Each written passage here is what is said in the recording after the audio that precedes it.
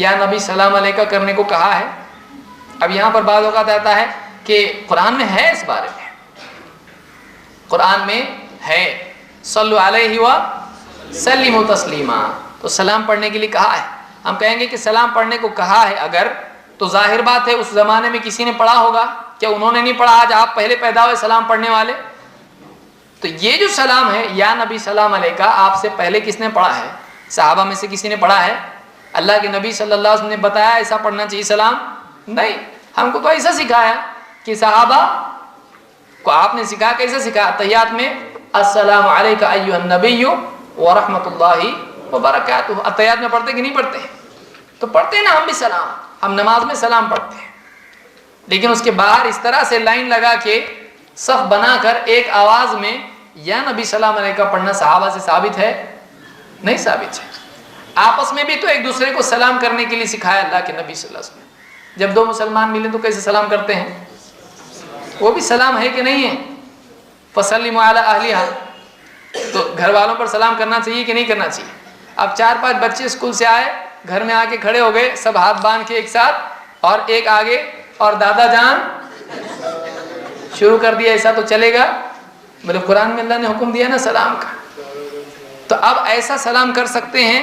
نہیں، بلکہ سلام کا جو طریقہ اس زمانے میں سکھایا گیا اسی طریقے سے سلام کیا جائے گا۔ اپنے دل سے کوئی بھی گانوں کی طرف پہ سلام، نبی صلی اللہ علیہ وسلم کے سامنے کتنی شرم کی بات ہے۔ جو بھی مارکیٹ میں گانا آتا ہے اس کے حساب سے ایڈجسٹ کر کے سلام پڑھتے ہیں نبی صلی اللہ علیہ وسلم، یعنی آپ صلی اللہ علیہ وسلم کی شان میں گستاخی نہیں ہے، گانوں جیسا سلام۔ جو چیز بے حیا لوگ، ننگے اور بد کردار لوگ جو لوگ گاتے ہیں، وہ ہمارے نبی کے سامنے ہم پیش کر رہے ہیں سلام پڑھ کے، شرم کی بات ہے بہت، یعنی ہم کو ملا تو کون ملا؟ بہرحال دلیل اس سلسلے میں ساری بدعتوں کے منع کی ہے، اور وہ کیا ہے؟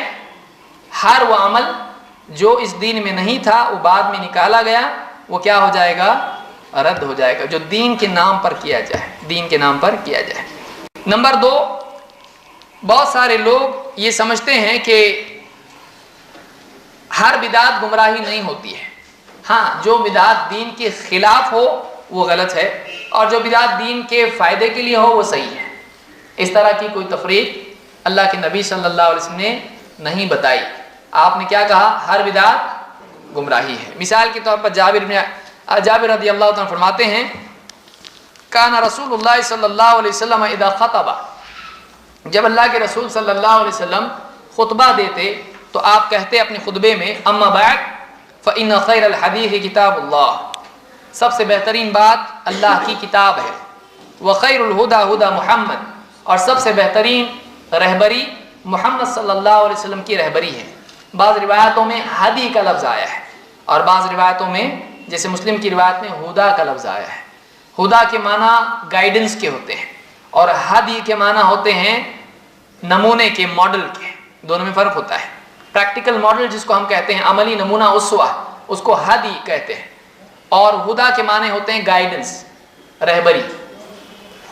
وخیر الہدی ہدی محمد، اور سب سے بہترین رہبری کس کی ہے؟ محمد صلی اللہ علیہ وسلم کی۔ وشر الامور محدثاتها، اور سب سے بدترین چیزیں وہ ہیں جو دین میں نئی نئی نکالی جائیں۔ وکل بدعت ضلالہ، اور ہر بدعت کیا ہے؟ گمراہی ہے۔ تو آپ نے نہیں کہا ہر بدعت گمراہی نہیں ہے، بلکہ وہ بدعت جو دین کے موافق ہو اچھی ہے، وہ بدعت جو دین کے خلاف ہے وہ بری ہے، ایسا کہا آپ نے؟ نہیں کہا۔ آپ سالوں سال خطبہ دیتے رہے، یہی الفاظ کہتے رہے، ہر بدعت کیا ہے؟